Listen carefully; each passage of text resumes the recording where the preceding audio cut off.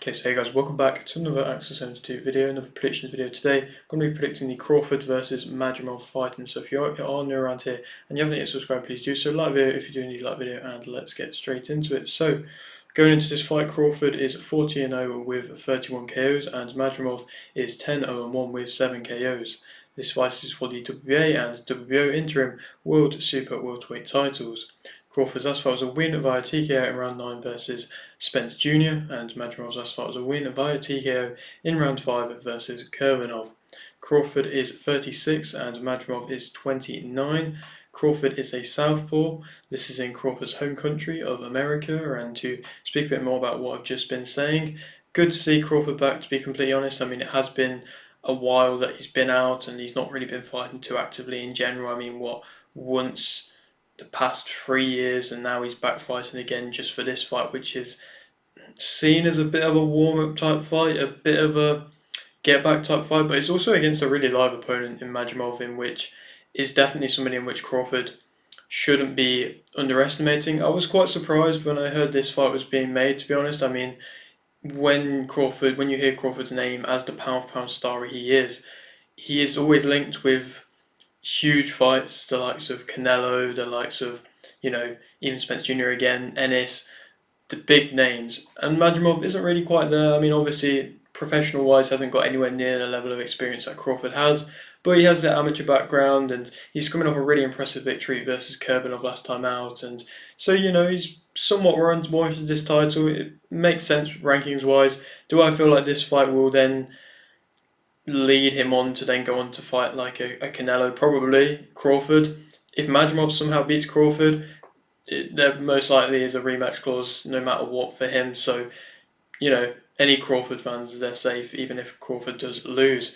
But, of course, Crawford last time out, we've, like I say, been seeing a bit of an inactive Crawford, but last time out, he was amazing, and that's the only way you can really put it. It was a sensational performance where there was a lot riding on it. It was a big build-up and everything like that, and by the time that it got to the fight, people were still, not sure which way it was going to sway, and in the end, Crawford was just amazing, and it was one of the highlights of boxing last year. And of course, him becoming in a bit of the older side now, to be completely honest. Obviously, he's been fighting for a long time. He's fought against some world class guys, and he's at a point in his career now where maybe there will be a time in which he's, I don't know, past his best or things like that. We just haven't seen it yet. And is he in his prime still? I mean, at the moment it's going to say yes, but how long can that last? I'm not too sure. Madrimov, you'd kind of have to argue, is in his prime right now. Of course, I say Crawford's a southpaw. He's a switcher. He can pretty much do whatever he wants all the time. And that's something which makes it so good about him. And having this as a first Riyadh season card in America, it's really kind of branching out that Riyadh season branding, which is nice to see, and it's an excellent card as well, with many other fights in which I'm going to talk about. So, also on this card is Ruiz versus Miller, in which I think Miller will win via TKO in round 9. Yes, this is probably a bold shout for me to say, but I can see, this is a new Miller. He's coming in really on a top quality weight, and he looks in shape. Ruiz is coming off lots of, inactivity really, and obviously he had that fight versus Ortiz a little bit ago. It was a solid performance, but I still think he's riding that high before from the Joshua fight, and thinks that his head might be somewhere else. He might be thinking that he's bigger than these type of fights and things like that. And I think Miller, with the pressure that he always delivers and the physicality he delivers, obviously with him coming in a bit of a lower weight, this could play a factor on the physicality wise, but if he still fights the similar type of Miller to what we're used to, then Ruiz could be in for a rough night, and Dubois did really well to be able to keep him off of him and to, punch and move, and then to turn up the pace and turn up the pressure going into the later rounds. But Ruiz, I don't think moves as well as what Dubois can do, and I don't think he will, and he has fast hands and he does hit hard, but I think Miller's able to take a punch. And obviously the problem in which was Miller's before was that he tired, he gassed, and he just couldn't do it into the later rounds. And now we're getting this new in shape Miller. He can do it into the later rounds, and so we'll probably can do it into the later rounds. So I think I can just see him getting a stoppage. I think Ruiz gets hit far too much. I think he's going to be more welcoming to the pressure and things like that. And yeah, it's a bold shout. Obviously, I don't agree with Miller and everything he kind of stands for. I mean, the whole kind of history with him and everything is bad, and I'm never going to agree with that. But nonetheless, it's an interesting fight, and like I say, I think Miller's going to win, and that's a controversial type prediction. Moving on to Anderson versus Piccoli, in which I think Anderson will win via unanimous decision. This is another excellent type fight as well. Piccoli has been built as an interesting type fighter, a guy who has got the backing of a boxer. He's suffered his defeat, but he's managed to come back, and he's managed to pick up some decent victories in his time as well. I mean, against Tony Yoka and against Carlos Takam last time out as well. They're not bad victories. He's always been gassed as the person who's gone in and sparred everybody and beaten everybody up in sparring. But Jared Anderson is going to be a really tough test for Piccoli, but also at the same time, Piccoli could be a tough test for Anderson. But Anderson, he's also got a really big backing, but he's getting pushed by Top Rank, and he's one of Top Rank's biggest, heavyweight names. So this is kind of his first major tough test with all the lights on him, and so it's going to be interesting to see how he deals with that. And he's also been in fights in which he's not struggled, but had times in which he's faced a bit of adversity. And you look back to the Frank Martin fight in which he obviously dropped him 2-3 times. Anderson dropped Martin, but he did get hurt at the same time, and that's against a Martin in which was way past his best realistically. And so to be able to get hurt by him, it shows there is weaknesses there. But since then he went. Fought Rudenko, won really impressively there. But then last time out, I fought Murhi, and from what I've seen, didn't really have the best of fights there. It was a bit of a dull type fight, to be honest. So maybe he's really needing to come and make a statement, and maybe he's going to be really eager to come and make a statement after a few maybe more so-so performances as of recent. And so it's going to be interesting. Piccoli, his style isn't amazing. He really doesn't have the best of movement. He's not that fast. He does stand quite tall. He's there to get hit quite a lot. I think against the Takam's just somebody who kind of throws his punches, but is just really wary of what's coming back, and doesn't really get into range as well as what he could do and things like that. So I think Piccoli was able to pick off his shots nicely and things like that, and went to the body nicely at the same time as well. But Anderson, I think he's a big presence as well in there. He's going to be able to fight at a mid-range or in close. He's going to probably be the faster out of the two, the one that can last into the later rounds better out of the two. So yeah, I think he's going to win by unanimous decision. Do I feel like he's going to stop him?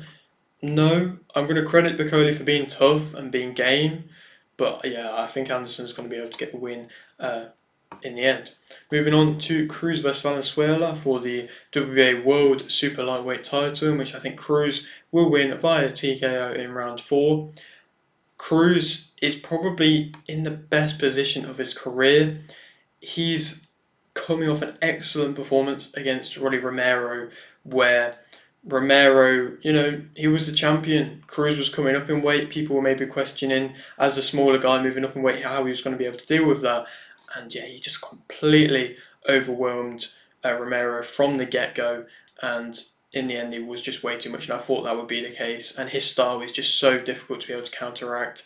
And Valenzuela, is this too early of a fight for him? You could say so. I mean, he fought De Los Santos and got stopped quite badly against him, and he, in my opinion, is a worse finisher than that of Cruz. Finisher of fights than that of Cruz. So Valenzuela, and then he fought Chris Colbert, which the first fight was probably going more in Valenzuela's favour, but then he came back and won by a stoppage really nicely in that second fight.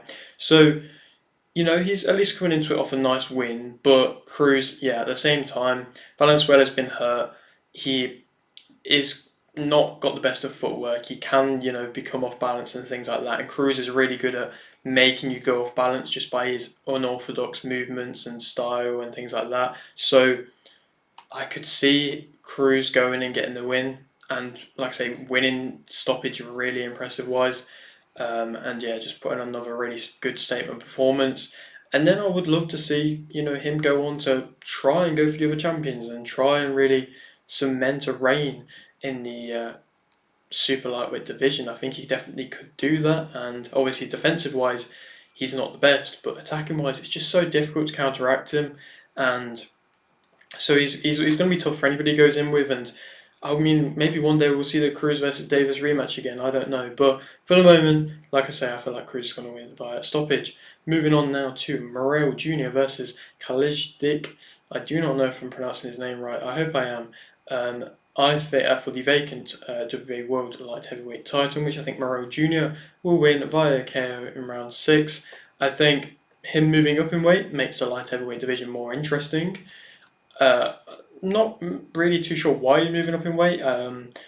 Obviously, he got himself a regular title down in super middleweight, and him moving up in weight at the same time as that of Benavidez could make for an interesting fight down the line. But it's still early on in his career, so for him to be fighting for an official title from what it seems, not saying the other one wasn't official, but that was a regular one. I think this is actually a normal one. It's going to be interesting. I think Kalisztik is somebody who could offer a tough test. He's there to let his hands fly and things like that, and he's been in with top guys. I mean, he's fought Beterbiev and people like that, and so he's been around. But at the same time, I think Morrell Jr. is just going to be too much, and he's going to let his hands go, and he's going to land really clean combinations that are going to be sharp, strong, and powerful, and then he's going to be able to get him out of there. So in the end, yeah, I think Morrell Jr. will be way too much for Kalisztik. Kalisztik, like I say, suffered a bad defeat versus Beterbiev. Not saying that Morrell Jr. is right now on the same level as that of Beterbiev, but I also think Kalisztik is probably on the later part of his career. So yeah, I think this sets up for a nice fight for Morrell Jr. to win, and then be interesting to see where he goes from there in the light heavyweight division. There's not really loads of fights really there to be made. Will he fight Benavidez next? Probably not. So what? And then he can't fight Bivol or Beterbiev. So I don't necessarily know who he might fight unless he goes on to fight one of the British guys. But American-wise, there isn't really too many options at the high level of the light heavyweight division. So we'll have to wait and see. But I think he's definitely a really interesting oddity, whatever the word is, to have in the light heavyweight division. Moving on now to the main event, of course, Crawford Madrimov. To speak about Crawford as a fighter, as I always say, when I'm speaking about fighters in which are just world class, are pound for pound one of the best, I'm going to miss out things that I'm saying, and it's no doubt with Crawford. I mean, there is so many fights you can go and watch from him where he's just been world class, and there's so many different things that he does that just makes himself so amazing that there is going to be things I'm going to miss out what he's saying from saying. But to mention a few things, he works angles excellently. His balance is world class, and the fact that he can double up in combinations and work angles and throw shots in which just look impossible to throw and impossible to land, he just manages to do it.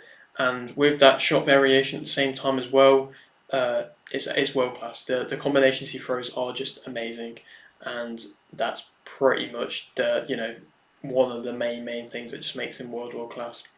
Also, he has really good hand speed. When he lets his hand go, his combinations are really fast, and his countering abilities and reflexes are really sharp as well. High IQ, he makes the adjustments. I've seen him fight multiple different ways to be able to deal with different fighters. And even when he's fought like the likes of like an Avanesian, where it was a fight in which he could have overlooked him and really could have underperformed, he just waited, let Avanesian, wear himself out, walk onto shots and things like that, and then picked his shot. He didn't do too much, and he's really good at just not doing too much and coming in with a perfect game plan, which I'm really liking to see. And then against Spence Jr., we had a different game plan. So there's always different things in which he can do, and that's just versatility that, like I say again, makes himself such an excellent fighter. He's, of course, got that experience, so much more than Madrimov at the highest of levels. You can fight in close or at mid-range. I think you can fight in close better than Madrimov, better than pretty much every fighter in the world, but yeah, better than Madrimov. He's got a nice high guard and catches punches really nicely, but also at the same time it's not too strong, where it's like that you can see the punches coming. He catches a punch and then responds straight away because it is quite a weak guard at times, I suppose. So maybe he could get caught with power shots, but it is also really loose at the same time. He finds gaps, he lets his hands go, solid combinations, countering ability, like I mentioned, punch variation, like I mentioned, cutting off the ring is something in which a lot of fighters struggle with, but I think that Crawford does excellently. He stays composed all the time, he in general wears you down. He's not really got that one punch type knockout power, but he does really wear you down well.